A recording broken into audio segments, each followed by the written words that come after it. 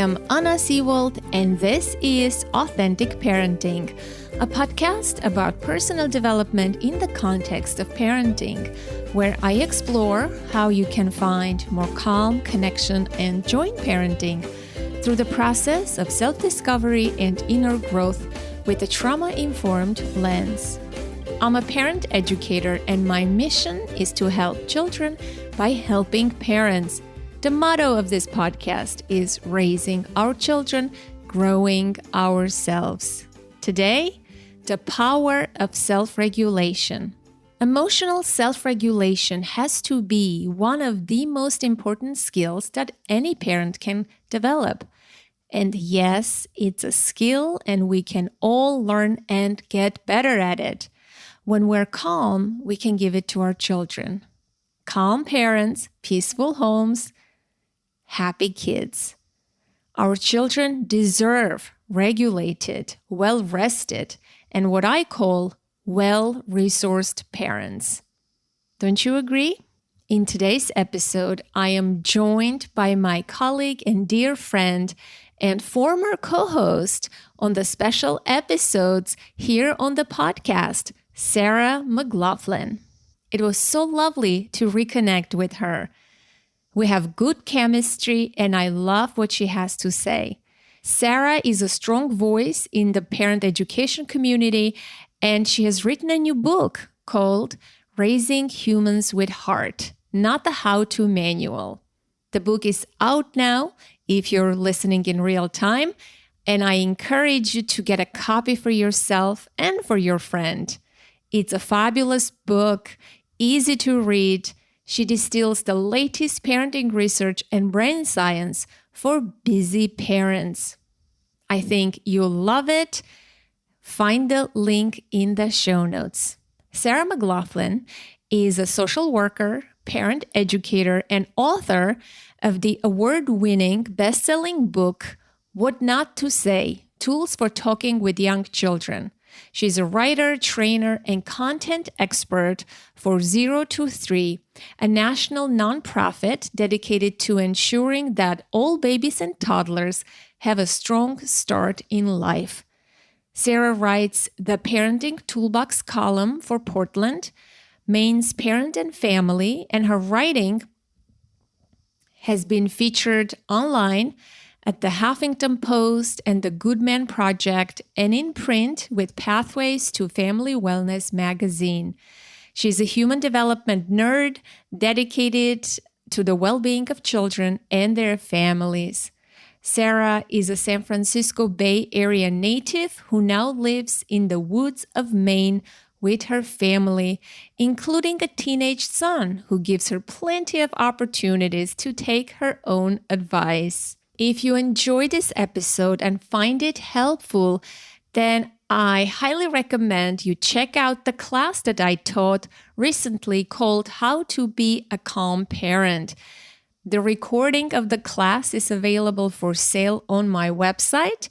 So go to authenticparenting.com/services and find the link to the class there. Dr. Dan Siegel says, as parents become more aware and emotionally healthy, their children reap the rewards and move toward health as well. That means that integrating and cultivating your own brain is one of the most loving and generous gifts you can give your children. Please enjoy this organic, dynamic, and packed with so many tips and tools episode for becoming a more present, calm, and regulated parent with Sarah MacLaughlin. Hey, it's so nice to be back and see you again. Likewise, Sarah. I'm excited you're back, and I can't wait to dive into today's topic, which is something I am passionate about and you are passionate about. So the most important relationship we have is with ourselves, right? Mm-hmm. And I want to ask you today about your upcoming book, but one of the chapters in the book really spoke to me. It was the chapter number 8. Why don't you tell me what's the title of that chapter?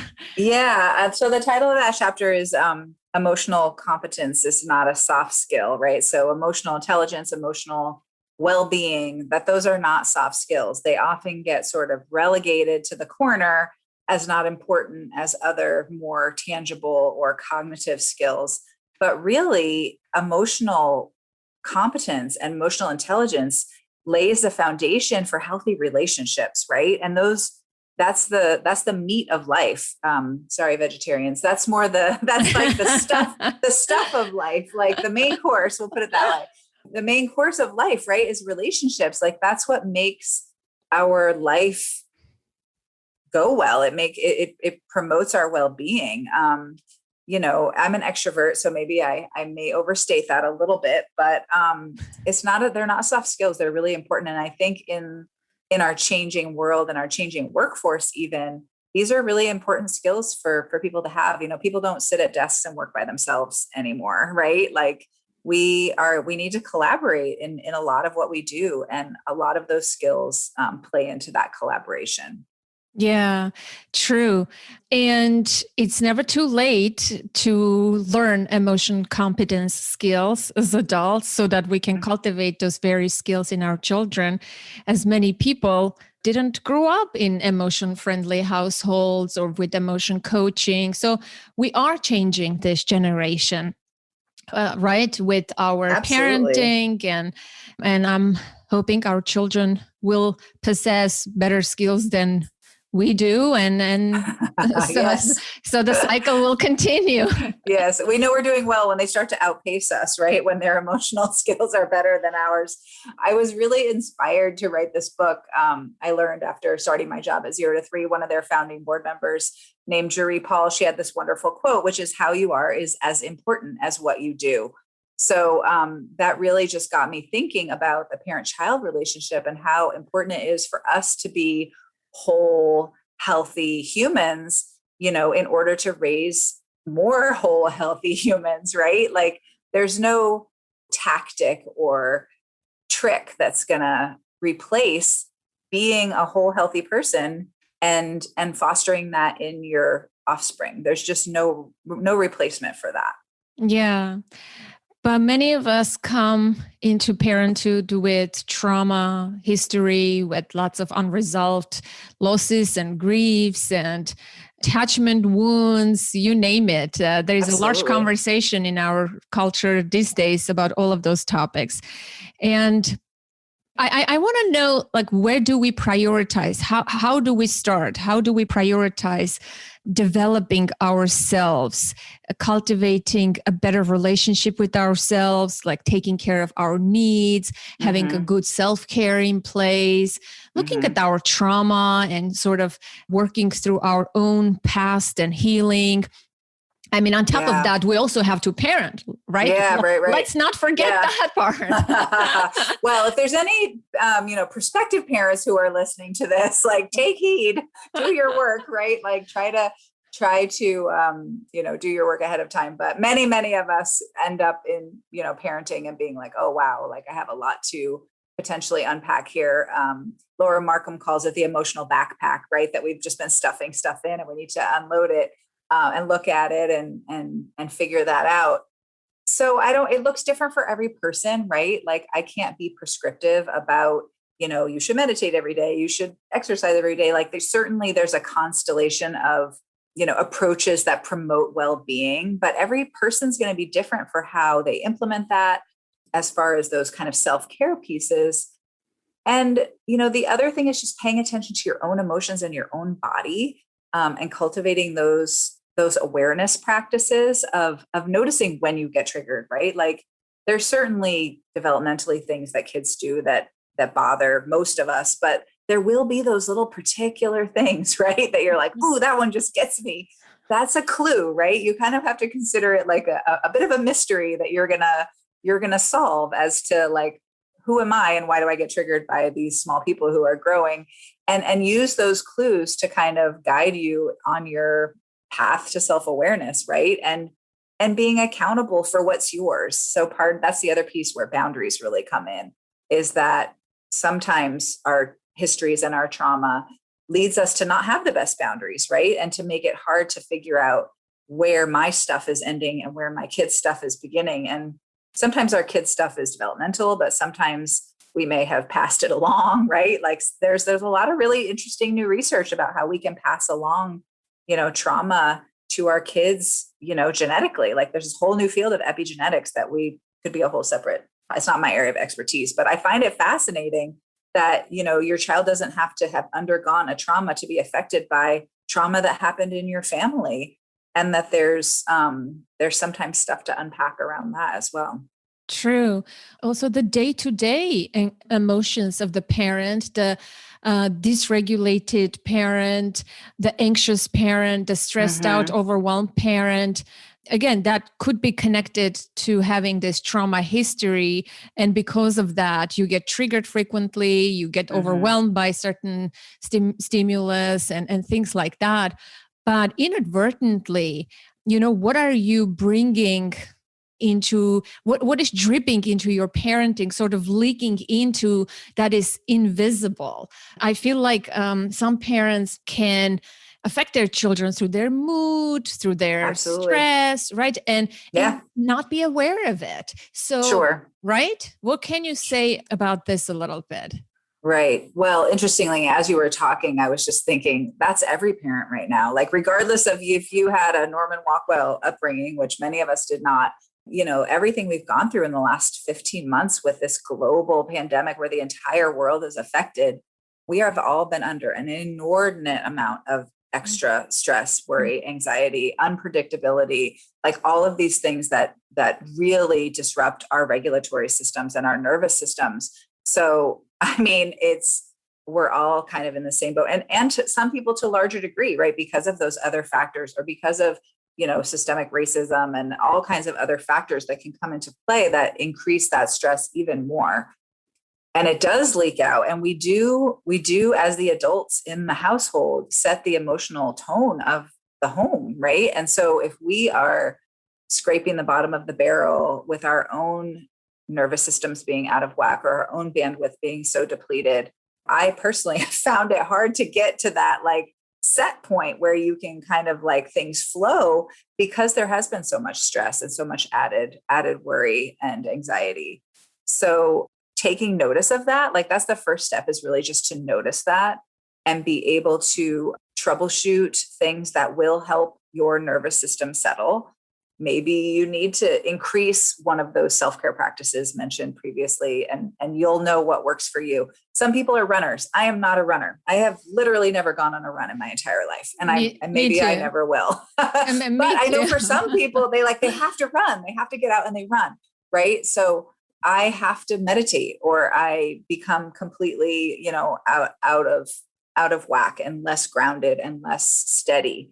Right. So experiment to figure out what helps you get steady. I have to talk to people, right? Like I'm an extrovert. I need to talk to people on a regular basis, which, being isolated at home has not been helpful for me.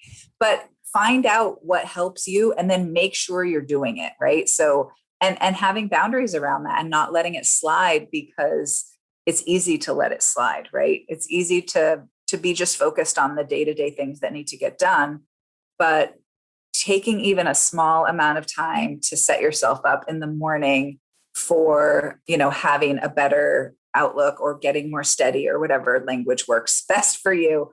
It could mean the difference between the first time you set eyes on your child, your face lights up and you smile because you've been able to get set with yourself, versus you're grumpy and you've set eyes on them. And so maybe something grumpy comes out of your mouth, right? Then it becomes this sort of like, the emotional tone can be like a hot potato, right? That gets tossed around, and it's either a positive and, uplifting hot potato, or it can be a bummer of a hot potato, right? So it seems unfair, right? That we have to always be the ones, but we're the ones who have fully formed functional adult brains, and our children do not. Even our teenagers do not. They do not have that for many, many years. And as we know, and I've probably discussed before, Anna, it's not until the mid to late 20s that brain is fully cooked. So that's hard, right? And just acknowledging that it's hard, and acknowledging that you might need more support than you think you might, or, more help or whatever. I think that that's an important piece. Yeah, I just want to comment a couple of things on what you said. Yes, I'm not a runner myself. And just like you, I'm an extrovert. I do love my people talking and all of that. But Mm. also, I love self-soothing, more relaxing, meditative type of things to regulate myself. I think some people do love more energizing, more running, more active forms of self regulation. And I just want to highlight that point that knowing yourself is the Yeah. key for all of this. What works for me may not work for you, right? If I'm meditating and it's working for me, I may say this is what I'm doing.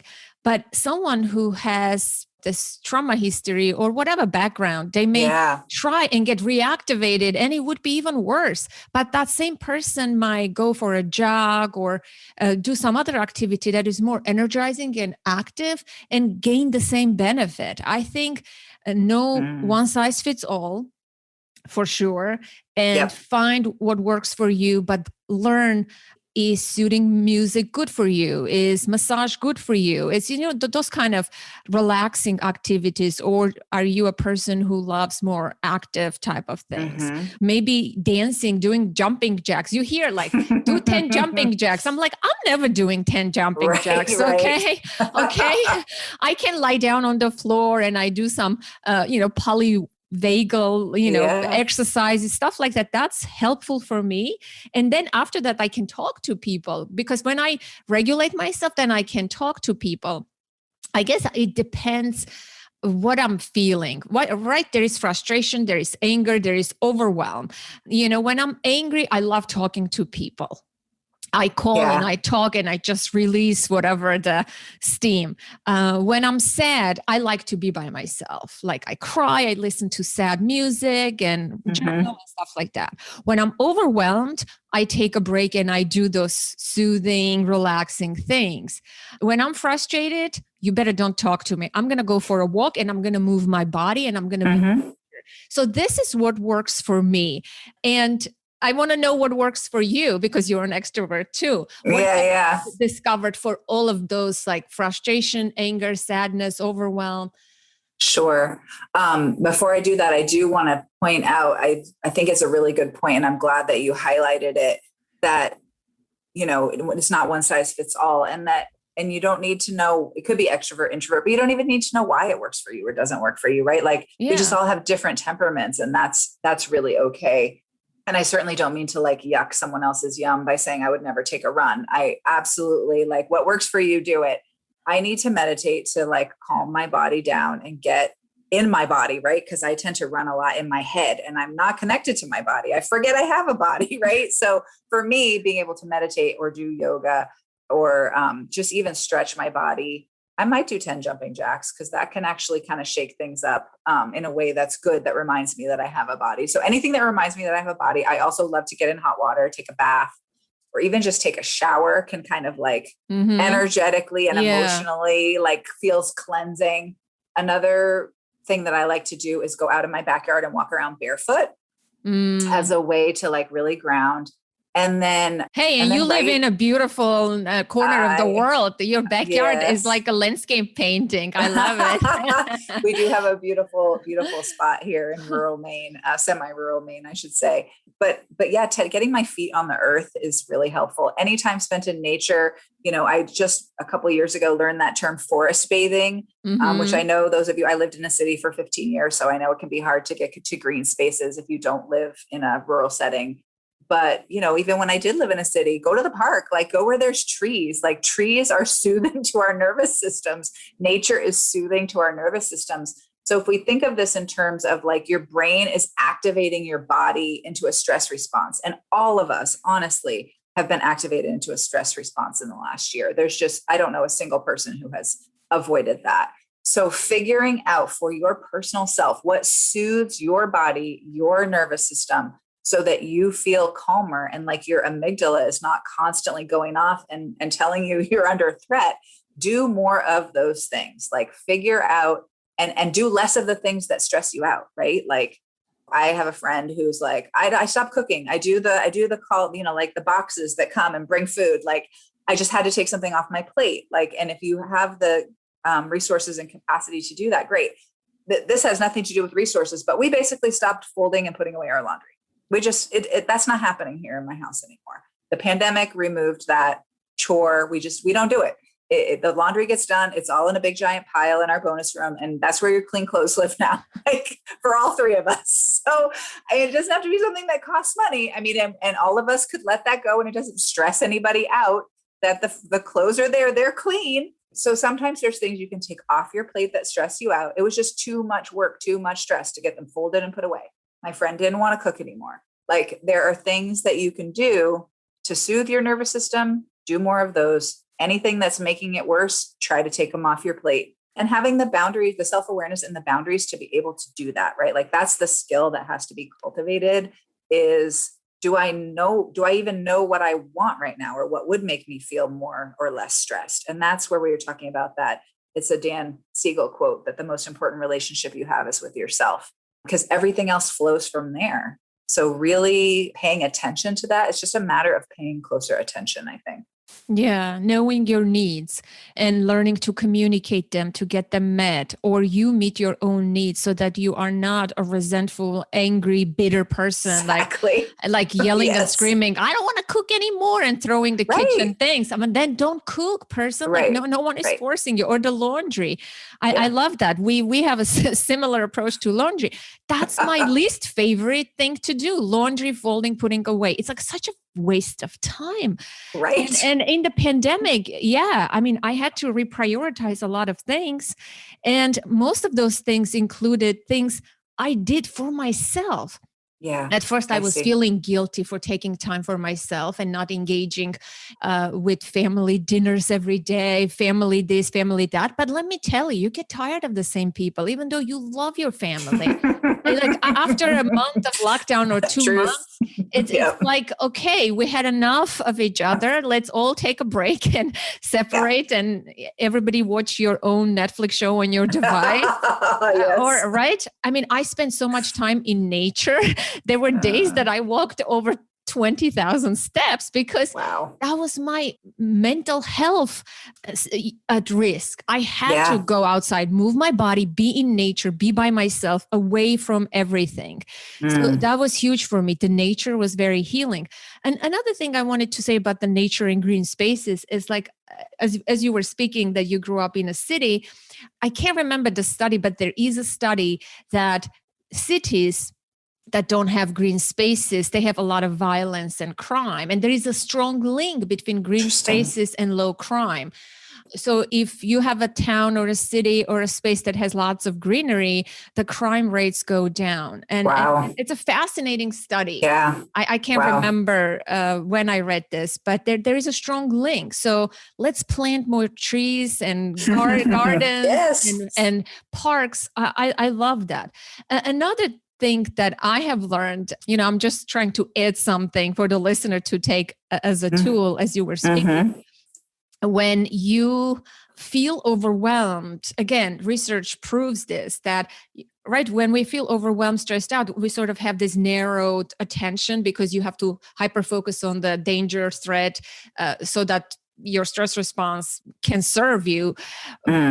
But when you zoom out and step away and widen your perspective and look at the horizon, let's say you're in nature, there's an immediate shift in your nervous system. But if, let's say, you can't go to nature, what you can do is go to the corner of the room, let's say, that you're in your home, and just look at the whole room, sort of like a landscape view. Because when you're on your phone, it's narrow attention, your eyes are very nearsighted type of perception. But when you lift your head and look at the horizon level, something changes in the brain, something changes in your nervous system, and it shifts immediately. So try this. When you feel anxious, overwhelmed, you, the listener, I always do this.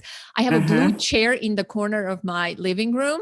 So when I'm feeling frazzled, hectic, I go sit on that chair and look at the entire room. And it's like, wow, life is not so like hectic and frazzled. It's a different perspective. Absolutely. Yes, I did. I read that in a book recently about looking at the horizon. and about picking your head, especially now that we're all like chronically looking at our phones, like you said, that we get this very myopic view and that causes stress in our bodies. I think it has to do with like evolutionarily, like if you're not looking around, like that could be dangerous to you, right? So it like, if you look around and get a better view, your nervous system calms down, like, oh, she's paying attention to her surroundings. I don't have to be so vigilant, right? That's so fascinating. I love that. It's a great tool. It is a great tool. I use it almost daily. Another great tool is to look at fractals, patterns in nature. Oh, cool. That's has proven to be very relaxing and soothing. I didn't know this, but I used to, I'm a photographer, so I used to take nature photography, and I have so many beautiful photographs of fractals. And I'm like, wow, no wonder I was drawn to this, because I love this soothing thing. And so what people can do, you can download from, online or from those photo websites. You can just type in fractals, patterns, nature patterns, and maybe create an album in your phone, like a photo album. Idea. And when you feel stressed, just take a look at beautiful, like fractals. Or if you can't go outside to look at the horizon, maybe download from open sources like unsplash.com or whatever, those websites, pictures of wide open spaces with horizons and beautiful sunsets. So you can create a little photo album in your phone, and you can retrieve and look at it. And I think that would be an alternative. Right. It's all about finding these ways to kind of like get ahead of your nervous system, right? Or I'm finding myself wanting to say trick your nervous system, but part of what has happened is that we are aware of so much more of what's going on in the world. We're aware of not only our own trauma or our neighbor's trauma, but like the trauma of the entire planet, right? And that has never been more true with the amount of access of information that we have. And we can get really stuck in our head in those anxiety loops about how everything is so terrible, right? Like we have this global pandemic, we have climate change, with so many things, right, that are stressful, that if we think about them, we feel stress, right? And sometimes we're bombarded with the news about them so often that we can't get out of the loop. So these are all these great ways that you're suggesting are just ways to kind of like trick yourself back to your present moment. Like, look around. Is anything terrible happening around you at this moment? Like, probably not. And then that can kind of like soothe your nerves, for lack of a better thing. The other thing I just want to make sure I mention, because it's always the first thing I talk about, is breathing. Right? Like there are also ways to kind of like trick your body into thinking that it's safe, or reminding your body that it's safe, I should say, or around your breath, right? Like even just switching from breathing through your mouth to breathing through your nose can be a calming thing to your body, because if you really are in danger, you're going to breathe through your mouth as a way to like oxygenate your cells and be ready to do fight, flight, or freeze. So if you stop and breathe just through your nose, but there's also like all kinds of different like counting breath things you can look up online, or like alternative nasal breathing. I just recently was researching for something I was writing about, like it's very soothing to breathe in one nostril and out the other, and then in that nostril and out the other. Like it's becomes cyclical and you're focusing on it. And so it just like brings you back to yourself. Brene Brown talks about 4-count breathing, where you do in for 4, hold for 4, out for 4, and then hold for 4 again before you take the next breath. I think that's called box breathing. Right? Box breathing. Yeah. She would do like little squares on her wall, and then you have something to visualize on while you're doing it. But those are also can be kind of like quick go-to things that can help calm you down, especially if you're in the middle of, some kind of quarrel or conflict with your child or another family member. It's not always just our kids. To get yourself into a more regulated state before you proceed, right? So that you're more able to respond to the person who you're having a conflict with instead of just reacting, right? Like when we don't pause and take a breath or look at the horizon and get ourselves set, we're in a reactive state, and we're talking faster than we can think, and we're, perhaps getting emotionally escalated, right? We're less able to regulate. So those are all great tools to come back to. Yeah, a great book. I'm not sure if you've read it. It's called Breath by James Nestor. It was one of my favorite reads of 2020. And he talks about nasal breathing and different forms of breathing. But it's a fascinating book to read. Oh, I'll check it out. He's a journalist, and it's written very well, fascinating read, great storytelling, and of course, scientific information. I started paying attention to my breath and started doing exercise when, or anything else through nasal breathing. It's a game changer, and it's just fascinating. Great book, highly recommend. Awesome. I wrote it down. I have not read that one. Yeah, I tried to get him on the podcast, but he's like a super busy person, I guess. That happens. That happens, correct? That happens. So for self-regulation, you talk about this 3-step process in your book, right? Notice your emotions, watch the story. That's a separate piece, yes. And change the story. So I really want to talk about this. Is, I guess, falls under the emotional competence section. Right. Because sometimes the brain is perpetuates. Right. The stories that the brain creates. I had a mom, and I'll let you explain. I had it's okay. I had a mom in our community to reach out to me. She says, what do I do? Like at 2 a.m., I have so much, going on in my brain. I worry about COVID. I worry about this. I worry about that. And it just down spirals, and I can't set myself like for success or regulate myself. And she says no amount of meditation in that moment, even breathing, helps. So I would love for you to talk about the watch the story and change the story part, and maybe empower my listener. Sure. Yeah. That's so fascinating. So, speaking of resources, I love when we used to talk more frequently, we were often talking about resources and books, right, Anna? But what you just said about the kind of the worry that goes on and on made me think of Jill Bolte Taylor. She is a neuroanatomist, physician, I believe, who wrote a book called My Stroke of Insight. So this was her background, was all this brain. Have you read this book? Yeah. I watched the TED Talk. Oh, yeah. So she has a great TED Talk. So she just came back onto my radar. But this piece about how one of the things from her book, and I think from her TED Talk, was that an emotional reaction, a physical emotional reaction, right? Because emotional reactions aren't just imaginary, right? Like they're physiological, like things happen in our bodies when we have emotions, like our face gets flushed, our hands get hot. I mean, for everybody, it's different. Our breathing quickens. Like emotions are biological responses in our endocrine systems, our nervous systems, et cetera. And that an emotional cascade, as she would call it, that gets set off.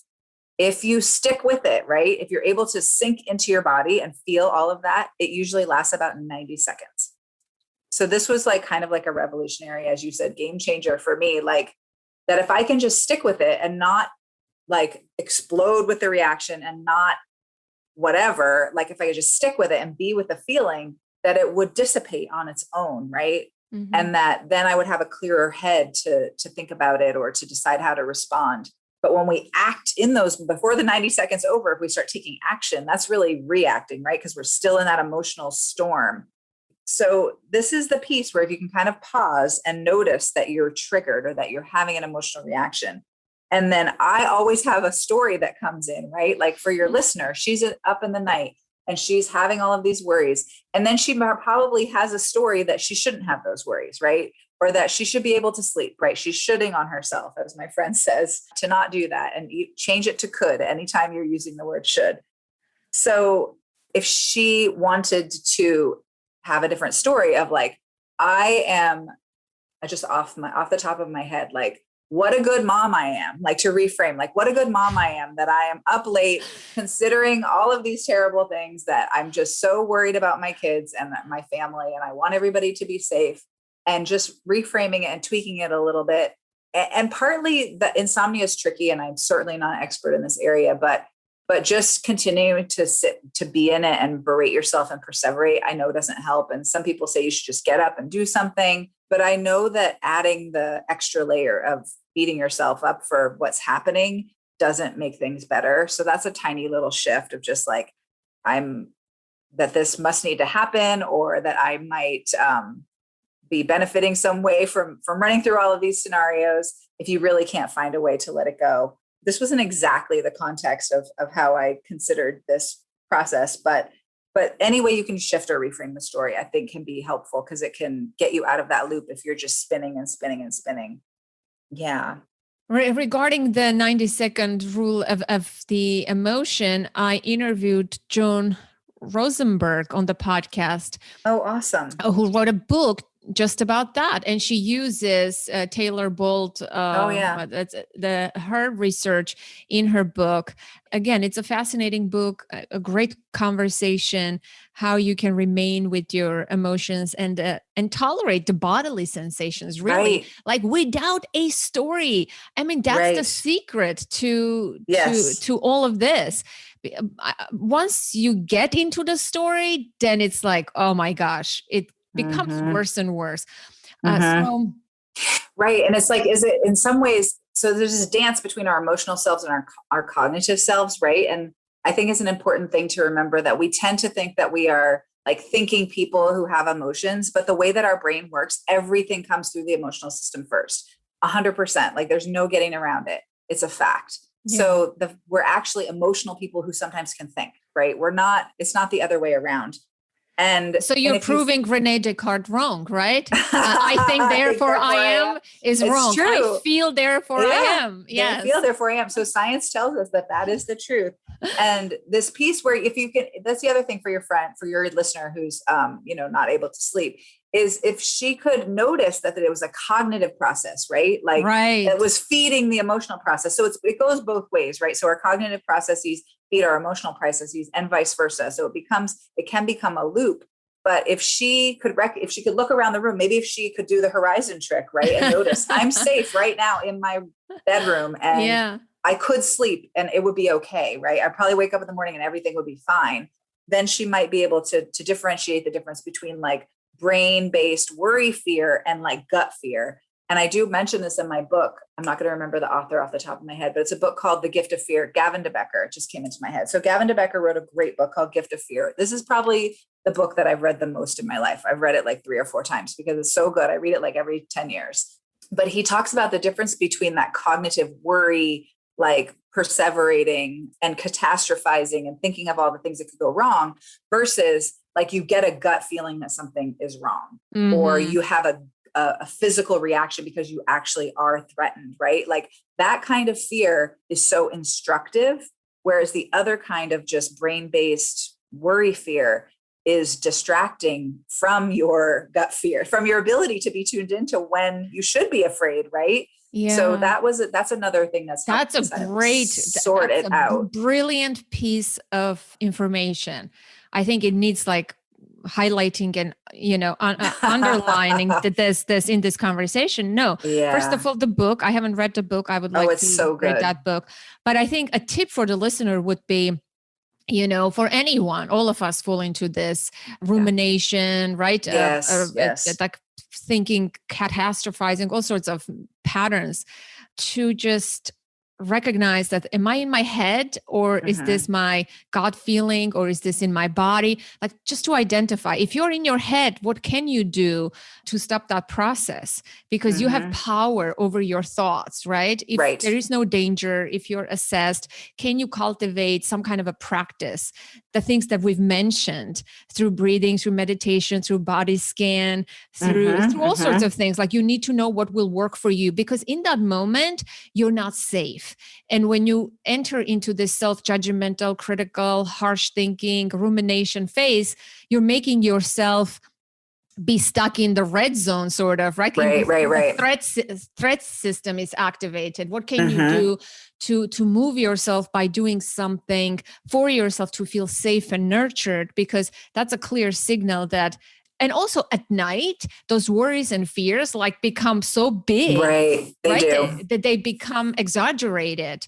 That there is a quote in Russian. It says, утро вечера мудренее. Like morning is wiser than the night. So basically, Yes. whatever happens at night, don't pay attention because in the morning, but those scary horror images or thoughts that you had in your mind in the morning, you're going to say, wow, like, why was I worried about that? Right. In the light of day, things shift. Yeah. Well, that's important to remember if you have like sleep or nighttime resistant children too, that they're affected in those same ways and that their fears may loom larger at night in the dark than they do during the day. And that just like normalizing that and not demonizing it, I think can be super helpful. Yeah. I had another thought, but it went out of my head. It's okay. It will come back. Yeah. Well, I will edit this part. This is great conversation. I'm loving it. It is. This. It's so interesting. Yeah. It all begins with taking personal responsibility for all of those things, for our emotions, for our needs, for our self-care, for our boundaries, for our mental health and well-being. I know it's a tall order, but no one is going to come and save us, rescue us, fix our inner disturbances, our ruminations and our thoughts. It begins with us. I think we need to start taking responsibility. And by doing so, and I'm sure you agree with this, we teach our children the very same thing, that my worry is my worry, that I got dysregulated, but I can also find self-regulation and I can also do certain things to calm my nervous system. It's my personal responsibility. It's not like, wow, I'm a bad parent. Oh my gosh, I messed up. I did this.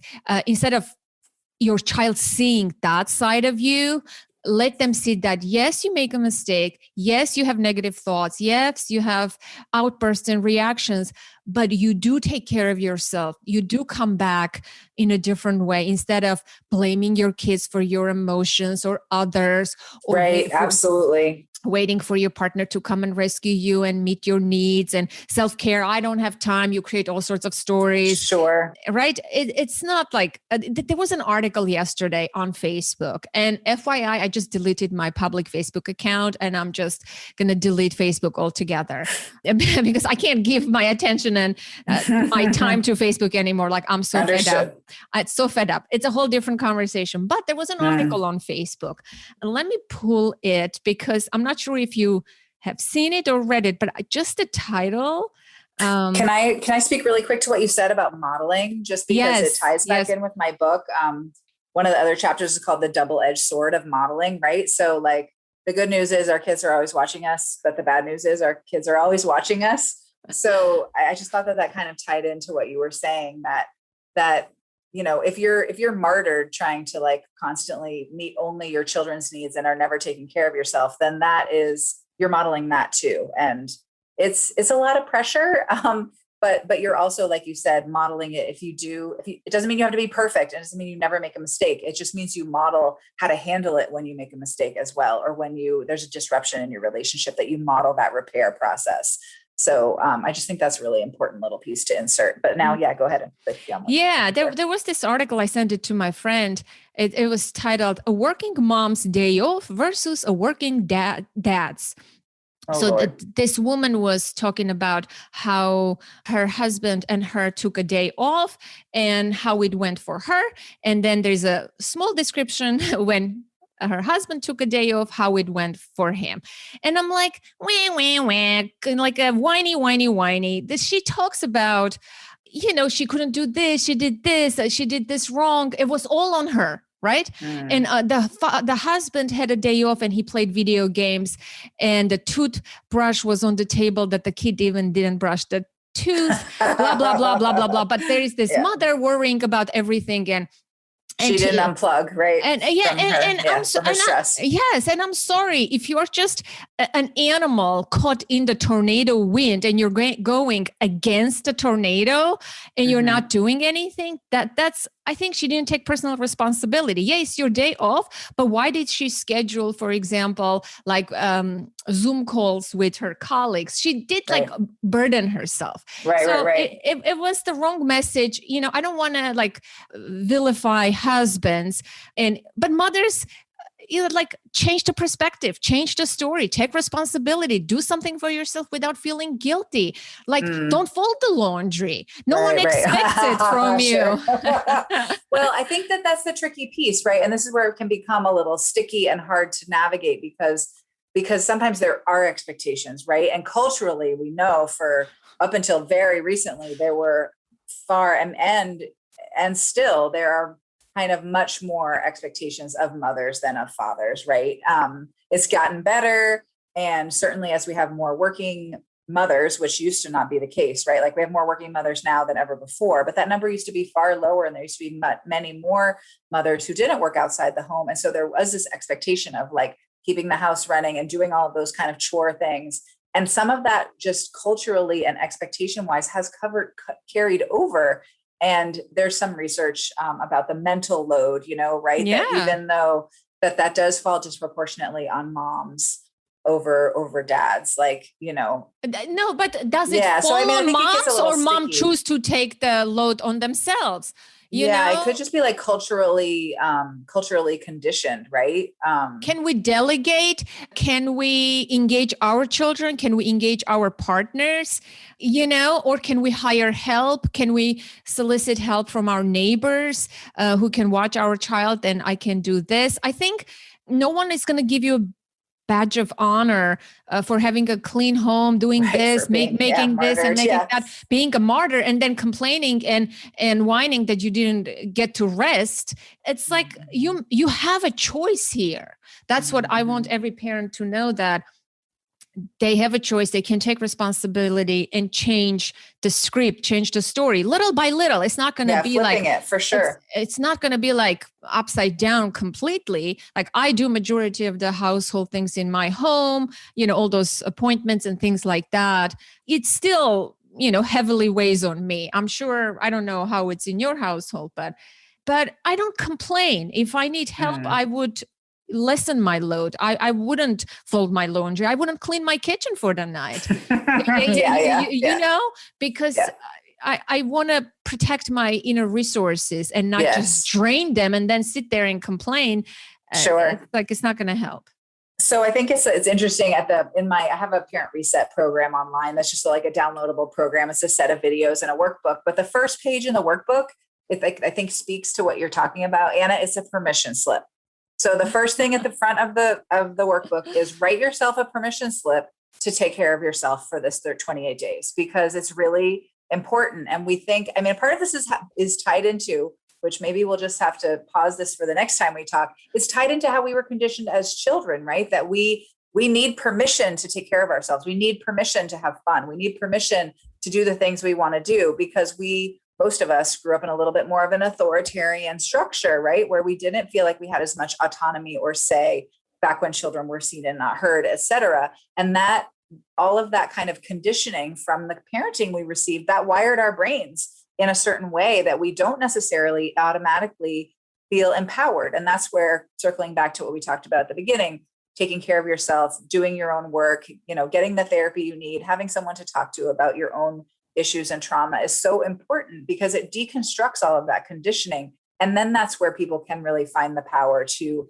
flip the script, get out of their heads and choose, as you're saying, because I think as much as people want to choose, sometimes all of that kind of conditioning in our brains has us feeling a little bit trapped.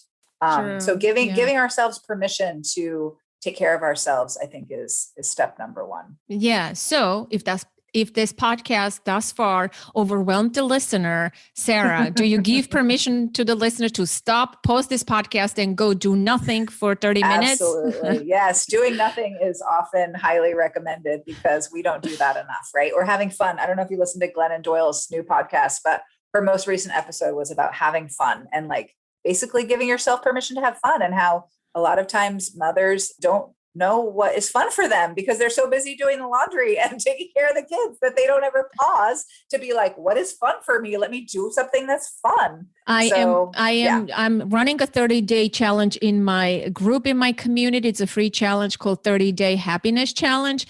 And it's exactly about finding pleasure, finding fun, playfulness, art and creativity and mindfulness, because I am sick and tired of talking about healing from the past, healing from the trauma.